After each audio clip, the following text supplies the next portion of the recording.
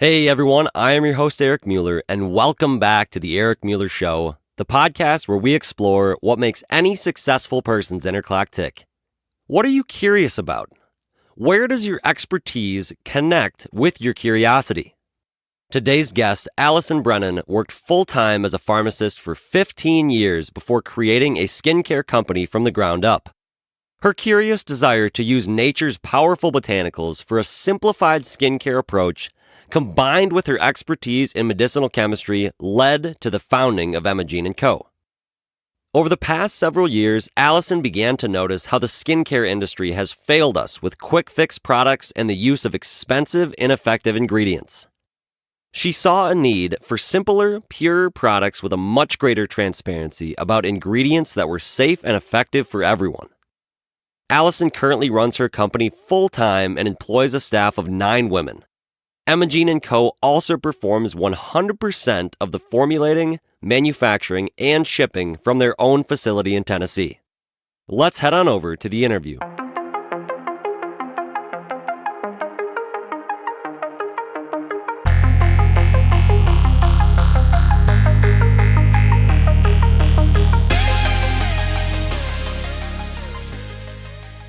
All right, welcome back to the Eric Mueller Show, the podcast where we explore what makes any successful person's inner clock tick. I'm joined today by Dr. Allyson Brennan, an entrepreneur bridging the gap between science and nature as the founder of Emogene Co. Allyson, welcome to the show. Thank you so much, Eric. Thanks for being on here. I'm really happy to have another pharmacist entrepreneur on the podcast. And Allyson, before we dive deep into your entrepreneurial story, we want to know what makes up your success portfolio. So if you're listening here and you're new to the show, let me give you some quick background on this. So the way I look at it, an investment portfolio, like think stocks, it's a compilation of your investments that lay the foundation for financial goals, maybe your 401k. Well, here on the Eric Mueller Show, we want to discover how successful people like Allyson invest in themselves to build the foundation for their success. So Allyson, start us off. What are some skills, traits, habits, mindsets? What are some things that you've noticed that make up your success portfolio? Oh, wow. There's so many things I could go into, but if we're going to keep it to just a few, I guess I can start with, are you familiar with the Enneagram at all, Eric? A little bit, yes, a little bit. Okay. It is a wonderful tool that really tells why we are wired the way we are. And I'm a firm follower and kind of invest my time in studying deeper into the Enneagram. And with that said, everyone has a different number that is kind of their core number that makes them up as to what is their purpose for what they do, what makes them feel worthy, things like that. And I am a Enneagram 3, which is called the achiever. So because of that, I guess I'm the crazy type of person who has a full-time pharmacist career and then decides to create a company on the side, you know? Yeah. And as someone who now can identify and understand this Enneagram piece and understand what an actual achiever means in that space, my success portfolio would be made up of, first of all, you have to have the drive behind what you're doing, whatever that is. For me, it's creating a company, but you really have to identify what is the actual purpose and reasoning for why you're doing what you're doing, because you will struggle with creating kind of a new name for yourself. If you're coming out of one career path like I have and go into another, you have to always have something to come back to as to what is your why.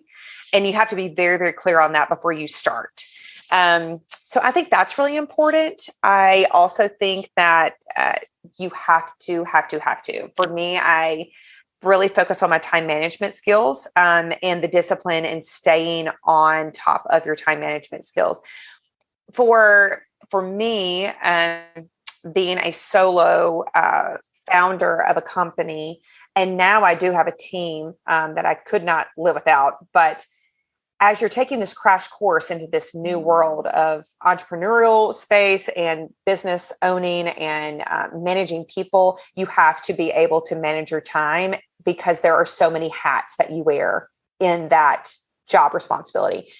And I would say lastly, which is really important as you're fighting yourself into a new focus or a new career or a new space, such as becoming an entrepreneur, is really understanding that you have to surround yourself with people in that same space to really hold your hand. That can be anything from one-on-ones with people, that is a mentor in the same niche or space as you. Everything from podcast to kind of those like a weekend retreat to masterminds. Those are really great investments for taking yourself to the next level, to understand what you've gotten into and to build connections, because networking and connections is so important no matter what skill set you have.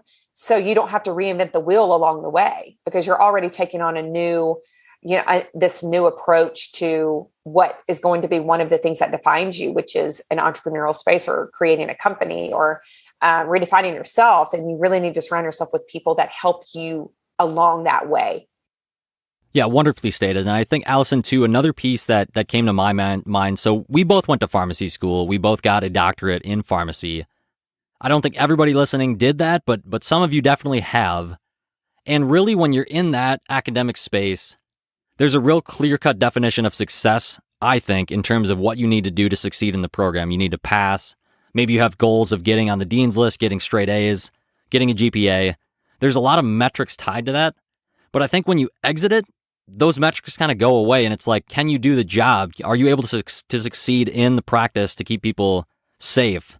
And so I want to ask you, has your definition of success changed at all when you left clinical practice into starting your own business? Did you find that it was a little harder to define what it was, or was it easy to define what success means? That is so interesting, because I can answer that very clearly, but it's a really interesting answer because it's so personal to me. So I think since you and I are both pharmacists, by our first career choice, you have to already have a certain level of self-discipline to really make it through pharmacy school, to receive your doctorate, and to be into a career path where you are taking care of human lives. I mean, that's kind of a baseline, that you have to be a high functioning, very sharp, very good with time management and self-discipline as kind of your work ethic, is my opinion. That also has to translate over to what I'm doing, or, when you're creating a company. But my definition of success has definitely changed, because as that achiever personality that I told you that I have, I'm always competing against myself. Always. There is, like you said, dean's list and this and that, or just trying to survive, but it's always really dialed up just a notch. And as a pharmacist, I was a neurocritical care pharmacy specialist for 13 years of my career, where really success was more or less creating new pathways for patient care. So this could be formulary management. These are new protocol developments, new processes put in place. And now, as a business owner and manager of people and creating something for consumers, all of that is still there, but success for me is so different now. Now, I am someone who is a very, very hard worker. I keep my head down. I put blinders on, and then all of a sudden I come up for air and I'm like, what just happened? Yeah. So success is definitely going to be growth of your company. Keeping integrity intact in your company is really important to me. But time has become so much more of a valuable commodity to me than money.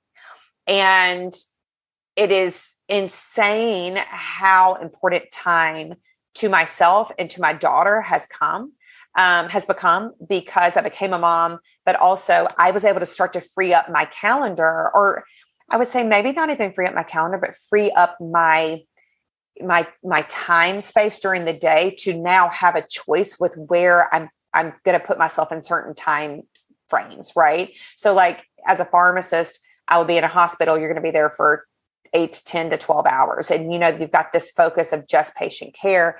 And now I'm wearing all of these different hats, but also I have a daughter that I'm like, now I get to go to her. She's about to start kindergarten. So I get to go to her kindergarten, little mom breakfasts, or I get to actually go to her school plays, or I got to go to her little graduation. Those are very tough things for healthcare professionals. And I know that any healthcare professional hearing this understands that. And it's kind of the sacrifice you make as you enter into a career path of providing care for people. So I think for me, time has become so much more valuable than money. Yes, we all need to make money to survive. And yes, money buys us really comfortable lifestyles.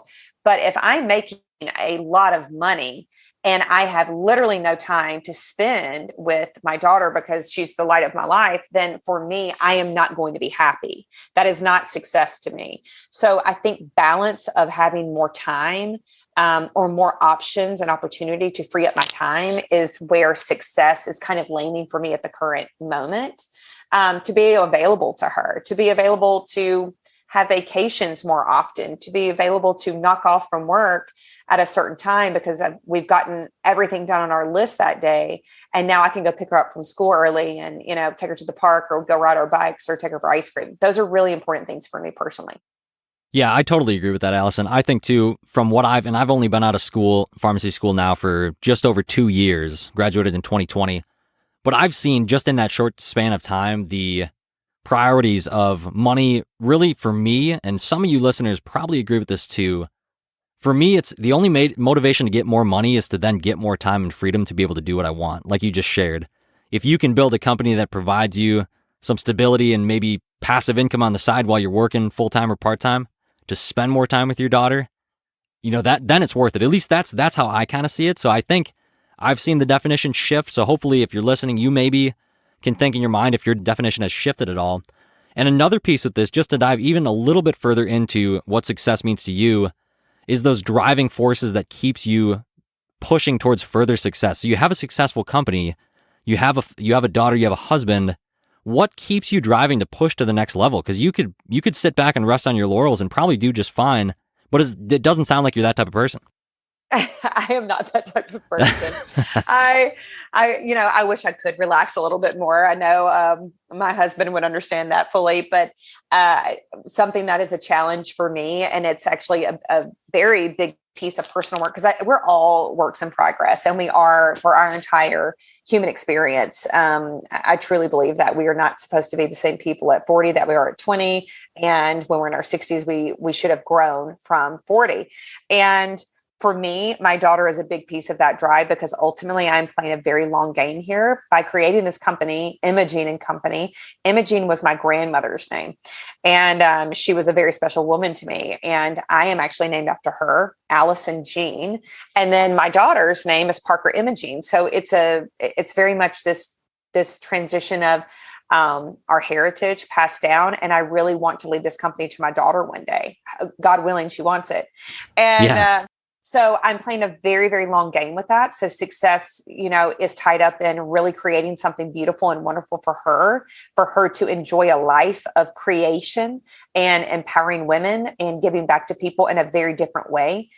But also, I think the driving force for me is I created a company, which is so interesting, having a pharmacist background, specifically very chemistry heavy. And I'm such a chemistry nerd. I loved chemistry all throughout my undergrad, as well as in pharmacy school.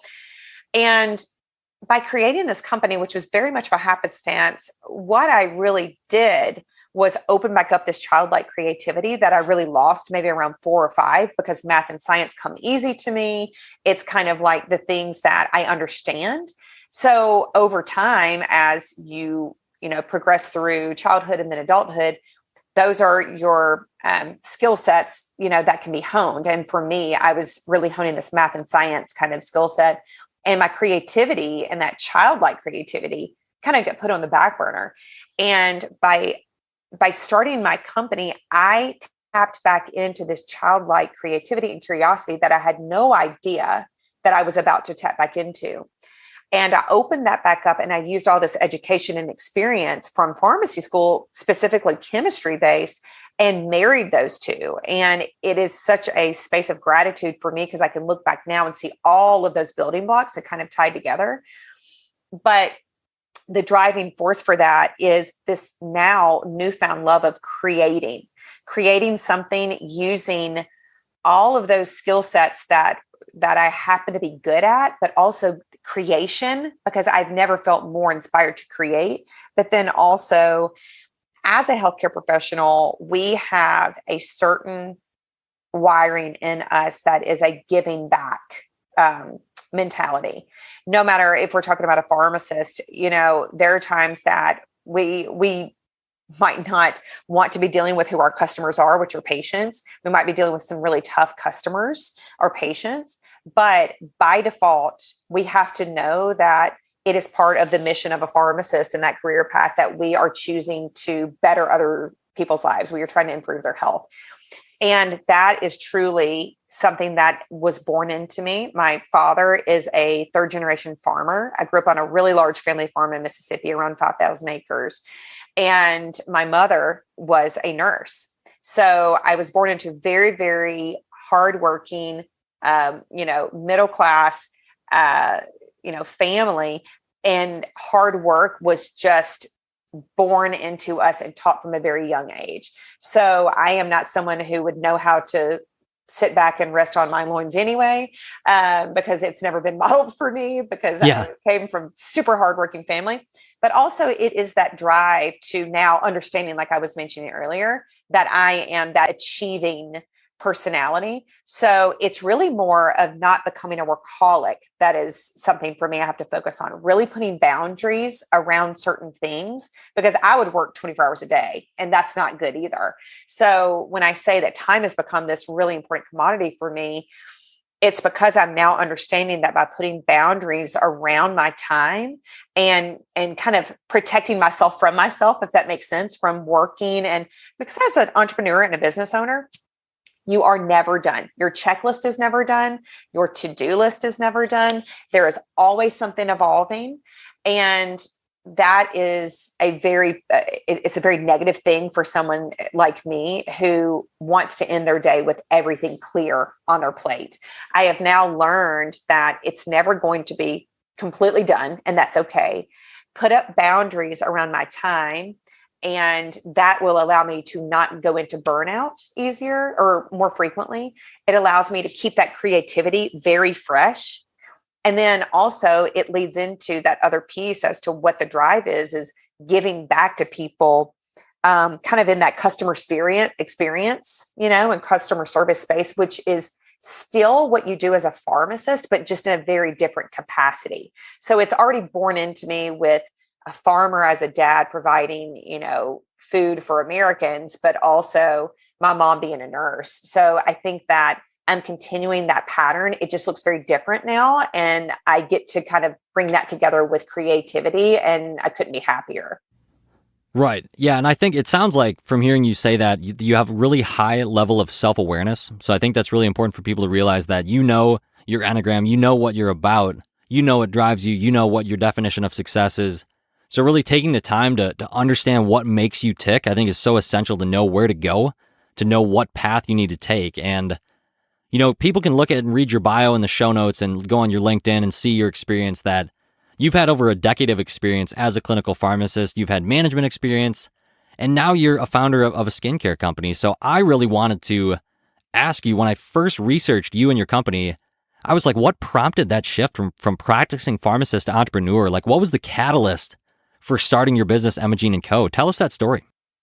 This is the craziest story, which I think it's a fun story. And I think it becomes even more fun for me every year that since creating my company passes, because it was just so by happenstance. It was not that I was searching or setting out to be an entrepreneur. As a pharmacist, I had a lot of people when I was finishing school ask me, "Oh, you should own your own pharmacy. You're a very go-getter. You are a leader.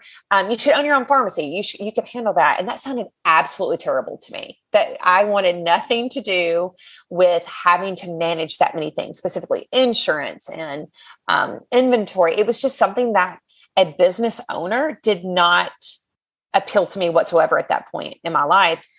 And flash forward now, 15 years or so, At the time that I created my company, I had moved out of clinical practice and seeing patients, and I was in a pharmacy administration role.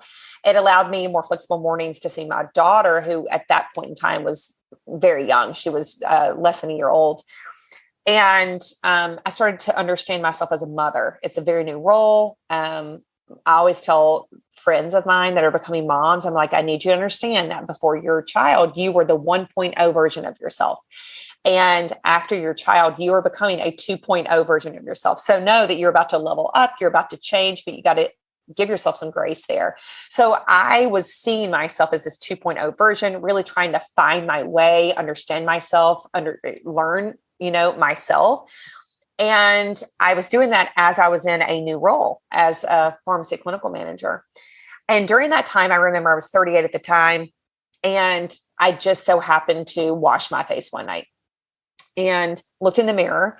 And I thought to myself, oh gosh, I guess I'm getting older. I need to start taking care of my skin. I was always someone who just washed their face and put on like a drugstore moisturizer. And I, at that point in time, went online. I knew of certain, serums and treatments and things like that, but I'd never used those. And I had not personally battled really horrible skin in my life. And so I started to look a little bit deeper into skincare treatments, and a vitamin C serum is kind of a very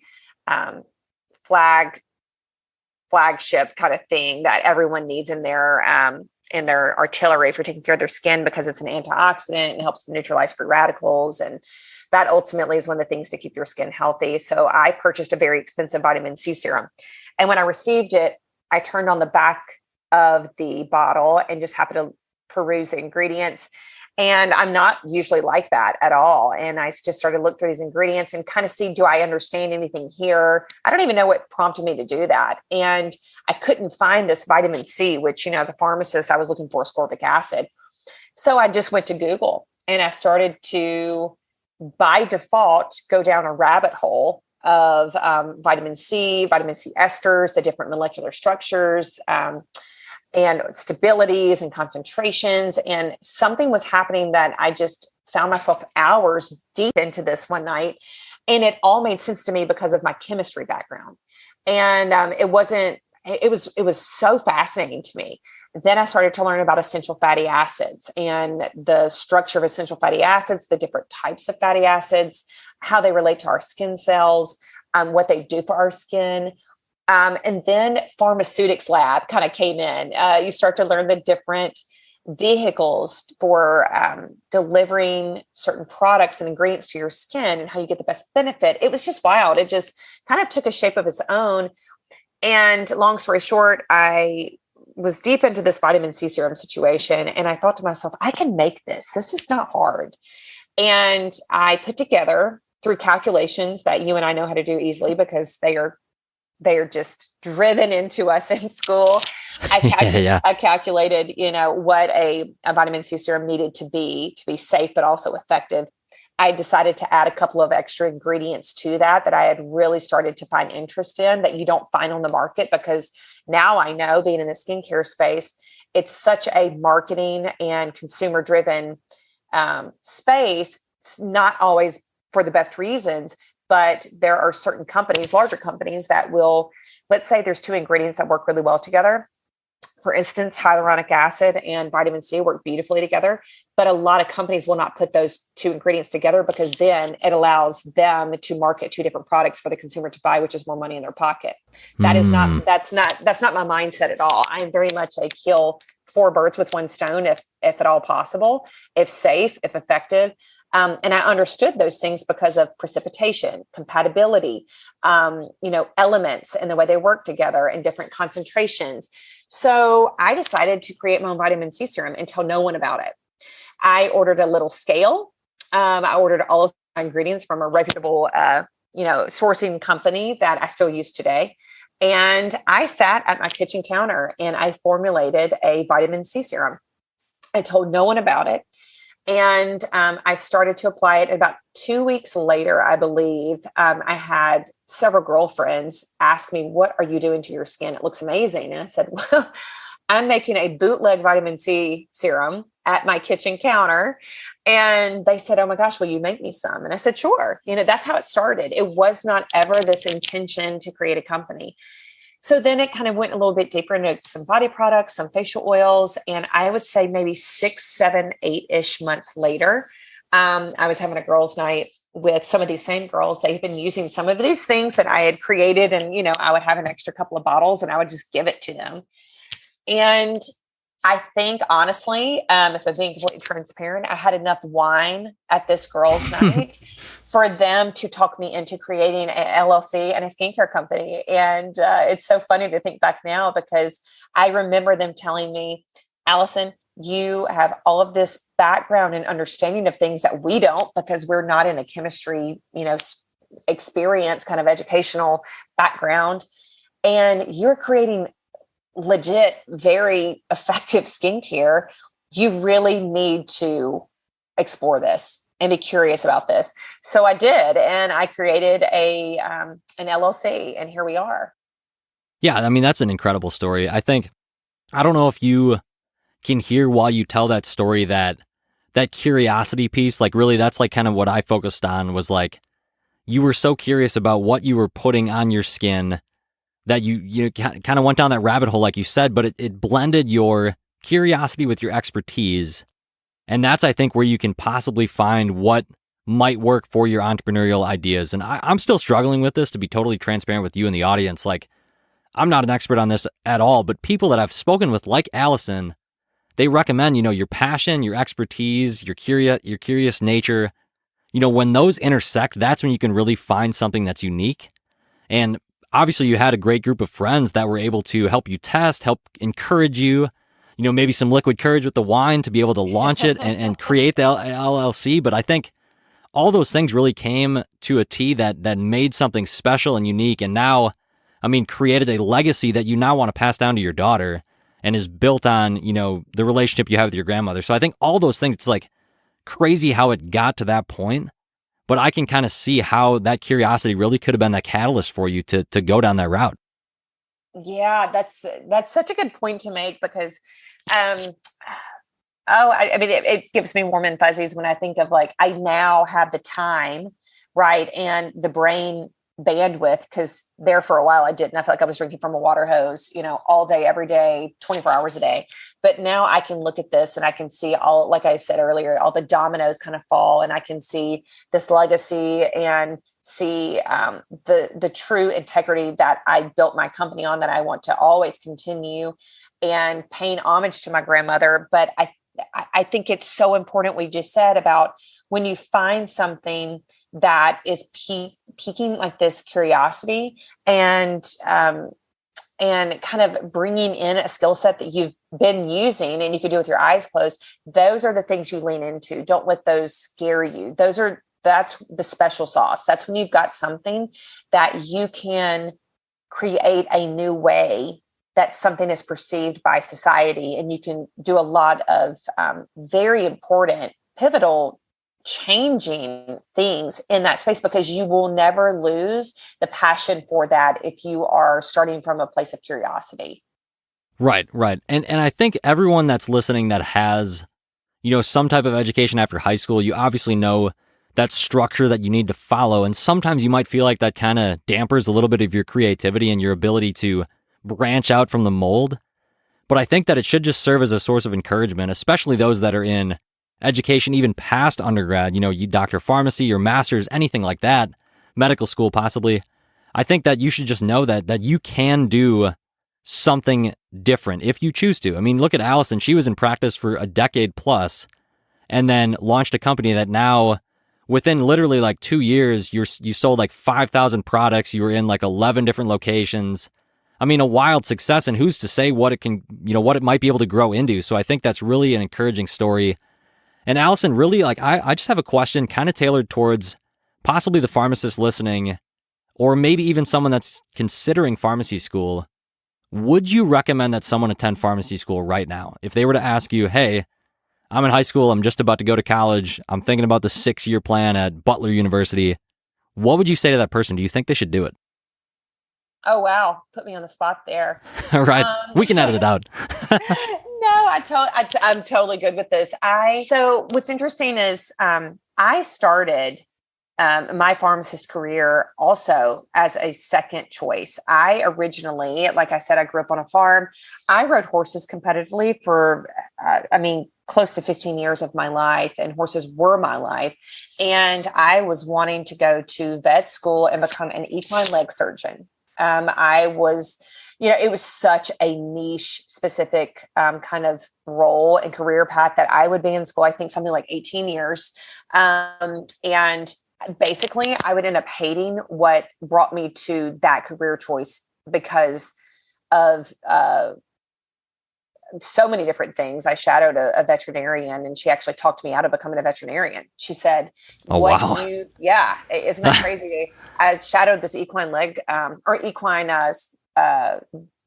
basically just a large animal vet at Mississippi State University. And they have a very large vet school there. And I was so excited. They had seen two of my horses, my competition horses, several times. And she was such a spitfire. I loved her. And I just remember her being so transparent with me and saying, I need you to understand that I want you to look deeper into other things, because the reason why you want to go to vet school, my love for horses and my love for animals, you will end up hating what brought you here, because when the economy's down, when things are bad, people are going to have to take care of themselves over their animals. And what you're wanting to do, you're going to be in school for 17, 18 years. You're going to be on call 24 hours a day, 7 days a week. You are going to spend so much money in school, and you are wanting a very specific kind of position as an equine leg surgeon, like race horses, competition horses, things like that, those are a diamond in the rough. You will not be able to find those very easily. And I don't want you to have spent that much time and money and for you to have a terrible experience and then you end up hating your career choice. Mm-hmm. And I really, really appreciated her saying that to me. And I remember being so just devastated at the time. And so I sat back and I kind of reassessed everything. I think I was like 19. And I had heard pharmacy, right? Like I knew that pharmacists were retail pharmacists. I don't even think I knew hospital pharmacist. And it was a very different world of pharmacy back then.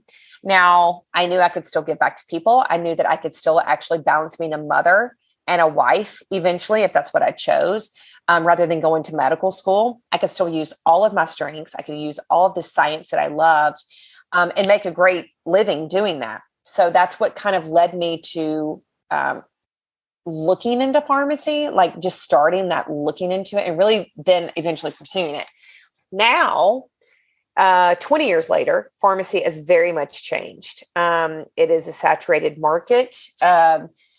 Kids, and I say kids because now I understand I was a kid, are spending so much money to get into pharmacy school and having so much debt when they get out. And really right now, I don't know what you're seeing, but I'm seeing a lot of pharmacists have a hard time, or brand new, straight out of school, have a hard time finding a job and a career that they really, really want, only because Tennessee, there's a lot of pharmacy schools. It's very saturated here.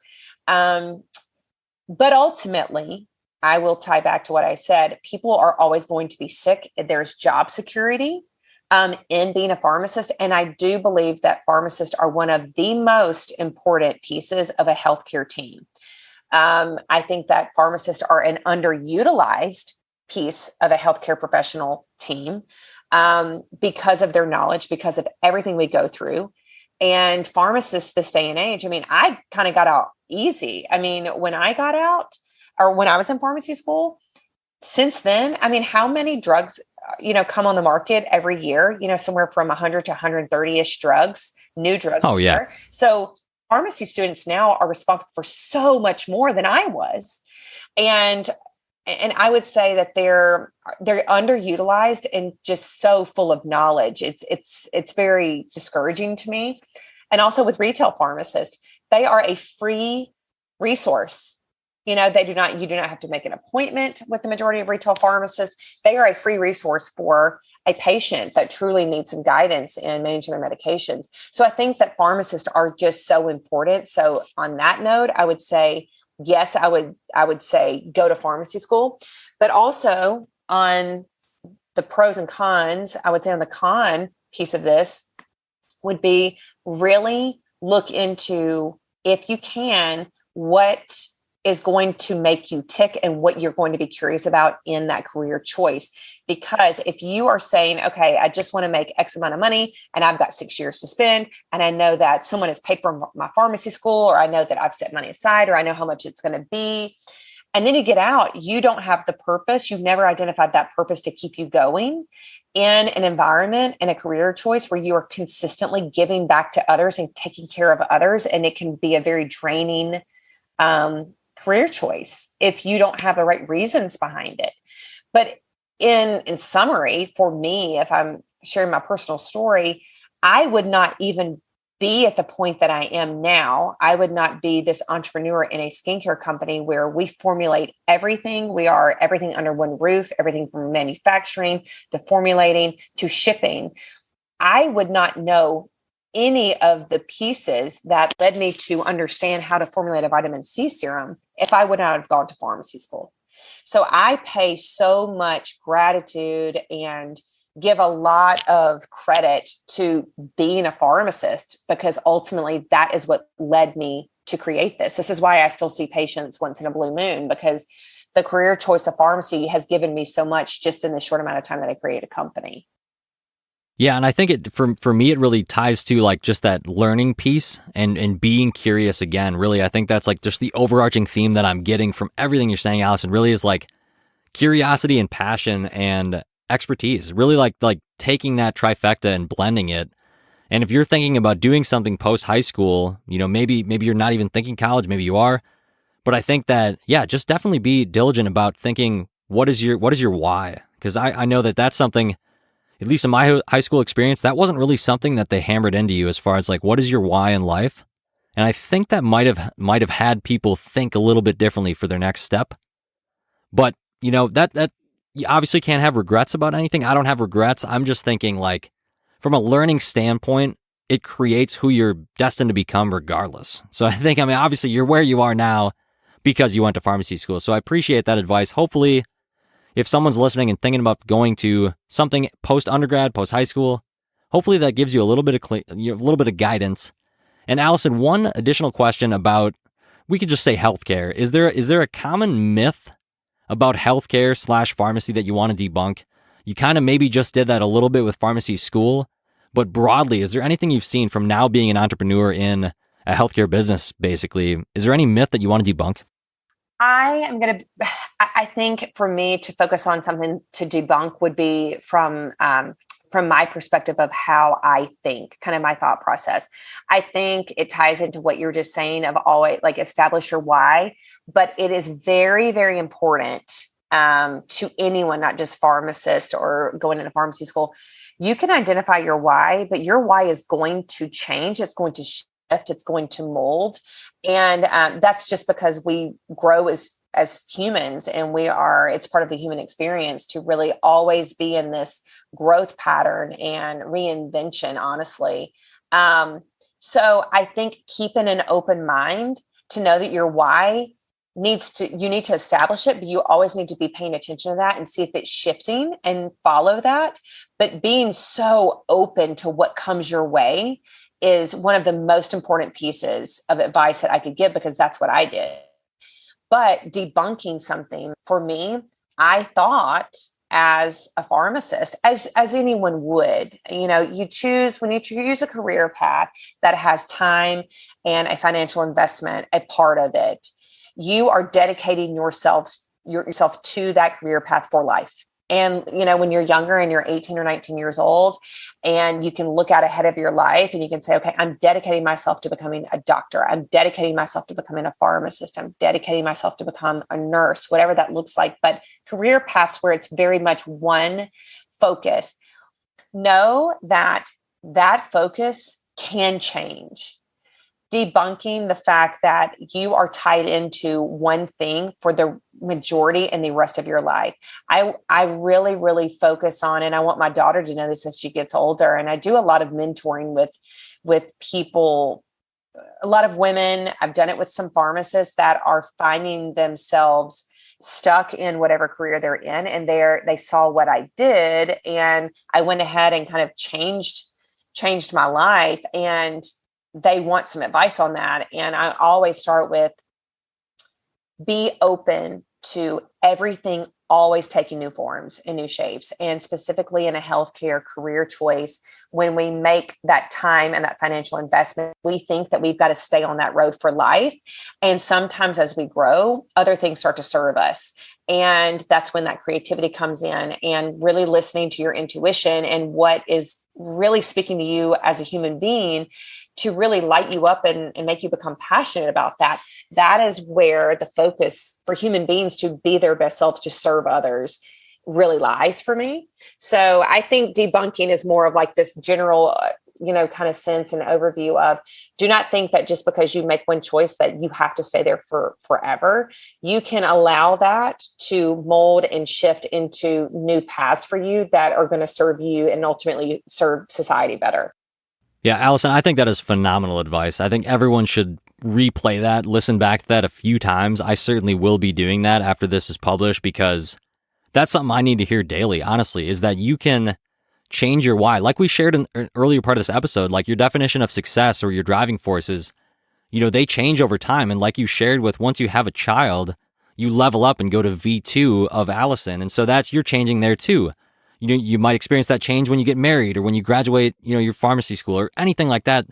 You change, you level up, and different things mold. And if you weren't open to that, you probably would not have ever started this company.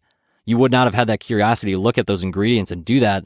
So I really appreciate you sharing your story. I definitely think the listeners here, you've got to be clapping your hands after this one, because this has been phenomenal. I think that the advice here is really applicable to a wide variety of situations wherever you are in your entrepreneurial journey.